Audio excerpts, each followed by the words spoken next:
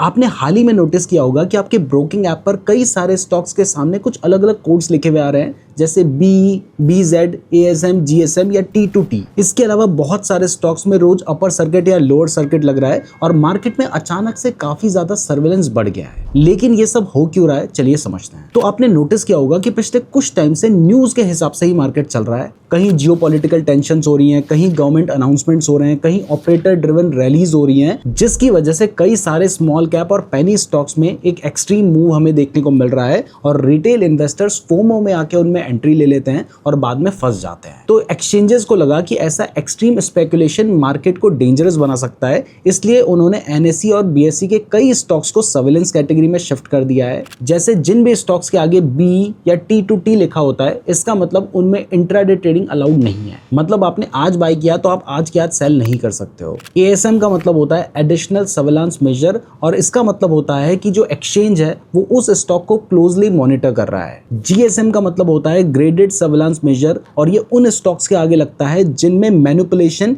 या abnormal activity दिख रही हो। और BZ कैटेगरी भी जनरली उन स्टॉक्स के आगे लगाया जाता है जो कि हाईली स्पेकुलेटिव या वॉलेटाइल हो। सिंपल लैंग्वेज में कहें तो एक्सचेंज इनडायरेक्टली आपको वार्निंग दे रहा होता है कि इन स्टॉक्स में कुछ ना कुछ हो सकता है, इसलिए प्राइस बढ़ रही है या घट रही है ये देखकर आप उसमें एंट्री ना लें तो बेटर रहता है।